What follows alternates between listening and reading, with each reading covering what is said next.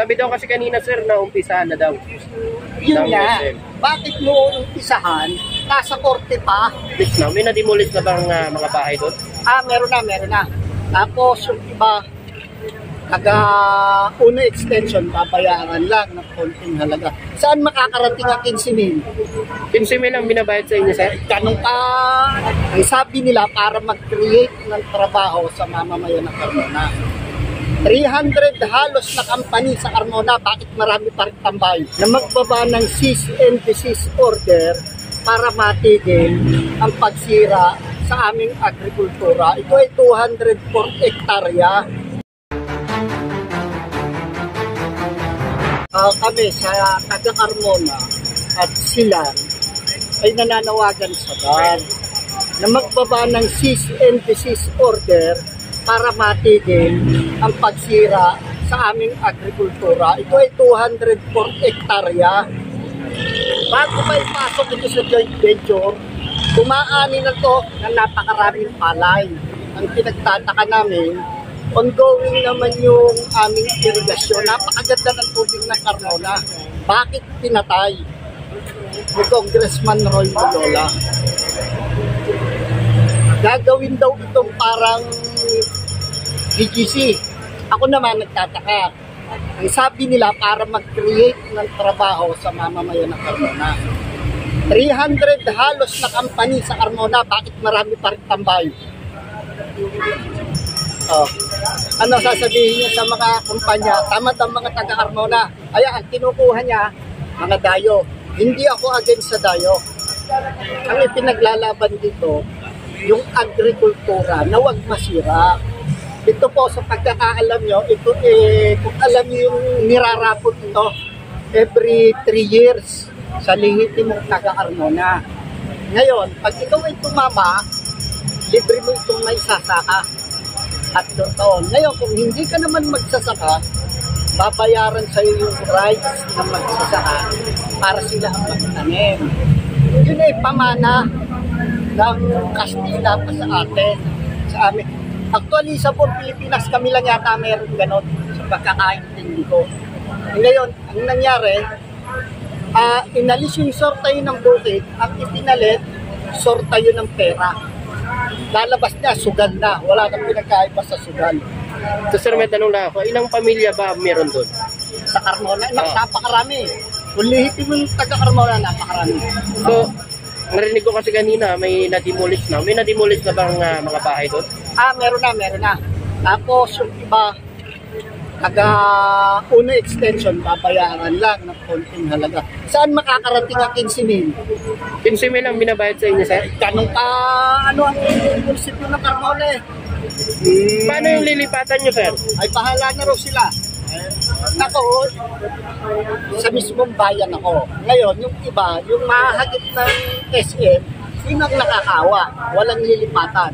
Babayaran ka lang kung magkano nahalop lang ngayon. Semento, bakal, lupang titirikan mo. Ang Carmona, maganda lang sa labas. Pero sa loob, parang nicho yan. Maputi lang sa labas, pero sa loob, puro kalansay. Yun ang kinag-question namin kay Roy Loyola. Masyado mong magsasaka. Nananawagan si BBM, ibaba ng 20 pesos ang bigas. Hindi ko nga sinusuportahan yung magsasaka. Pinapatay 200 hektarya. Pinatay. Pwede ko kayong samahan. Maganda ang patubig ng Carmona hanggang ngayon. So sir, may ang gobyerno binibigay sa mga magsasaka ang kanilang mga titulo? Sa amin wala yan.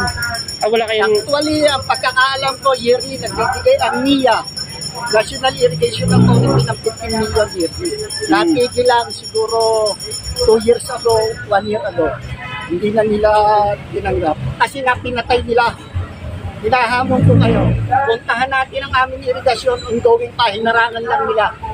Pero ang panawagan kanina sir, 204 dapat iiwan man lang para doon sa ano daw. Ang problema, hindi lahat daw. Hindi lahat. Lahat yun tinataniman namin. 200 hektarya agrikultura. Sana man laging akin, ako kasi nag-file ng kaso, 3 lang kami. Ngayon, habang sana nasa usapin sa sa korte, pinataniman sana ng kapakinabangan, lalo na ng pag-ulit. Di ba? Eh hindi eh. Hanggang ngayon, pasyalan nyo, talahib, mahogani, ipin-ipin. Yun ang nakatanim. Ilang taon na. Di ba? Sayang ang lupa. Kami, humihiling sa DAR. Maglabas ng cease and desist order. Ilang taon na kami pabalik-balik dito, binabaliwala lang kami. Sir, yung tanong, sir, yung 200 Hektarya. baka dinulutin na ba yun? Baka Opo, yung iba sa gilid-gilid may bahay. Oo. Ayun, napakaganda nung pag-aniha, kulay ginto talaga. Oo. Kasi meron na kaming para sa industrial commercial. Sana yung agrikultura, hindi na pinag-ano. Sir, panawagan po natin sa ating mahal na Pangulo. Ano? Mahal ng Pangulo Ferdinand Bongbong Marcos, kami nananawagan. Sana bigyan kami ng pansin dahil ang Carmona ay kakaiba sa buong Pilipinas. Uso land grabbing. Hindi kita pa nagbibintangan, Congressman Ray Loyola. Pero alam ng taong bayan kung sino magkarakaw ng lupa. Suportahan natin ang magsasaka.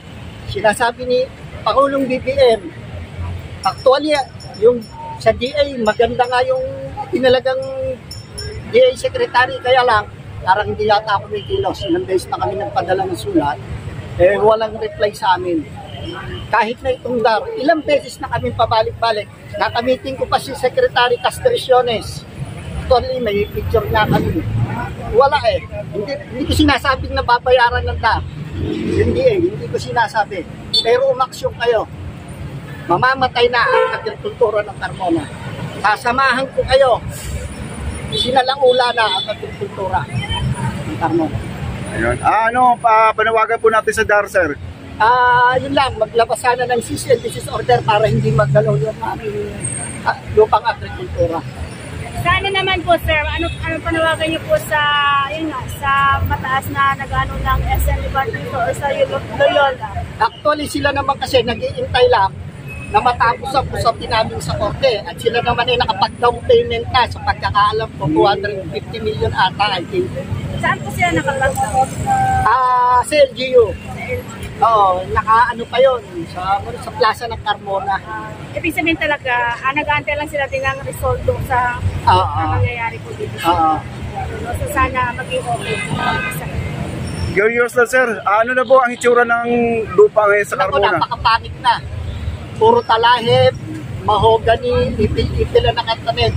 Imbis na napapakinabangan pa, I think yearly 18,000 na sack of rice ang naani dyan. Sack of rice. Sabi daw kasi Anihan lang pala yun. sabi daw kasi kanina sir na umpisahan na daw. Yun nga, bakit mo umpisahan, nasa korte pa ang kaso. Kaya kami nagre-request ng cease and desist order. Diba? Ba't kung gagalawin yan? Nasa usapin. Kung kami matatalo sa usapin, walang problema, talo kami. Di galawin yun. Ganun lang naman tayo. Dinaan na nga namin sa batas eh. Sila naman eh, hindi nasunod sa batas. Sir, hindi ba kayo nabigyan ng relocation? Actually, yung iba, hindi. Yung mapapalis, hindi. No, babayaran lang. 15, 20, 25. Kakasya na yun? Kakasya kaya yun? Ay, magkano na halaga na naman yun? Halo black, cement, offline. Ngayon, yung pagtitirikan mo saan? Kung uupa ka ng bahay, 3 buwan lang na yun. Magkano pa. Pang down lang yun sir. Actually, hindi lang sa Carmona. Pati Ilog. Binababoy ni Congressman Roy Loyola hanggang sila. Di ba ho ang silang ay mataas na portion? Bakit po kailangan pa tayuan ng Nire-retract ilog? nila yung ilog. Sinesementohan nila yung mga ilog.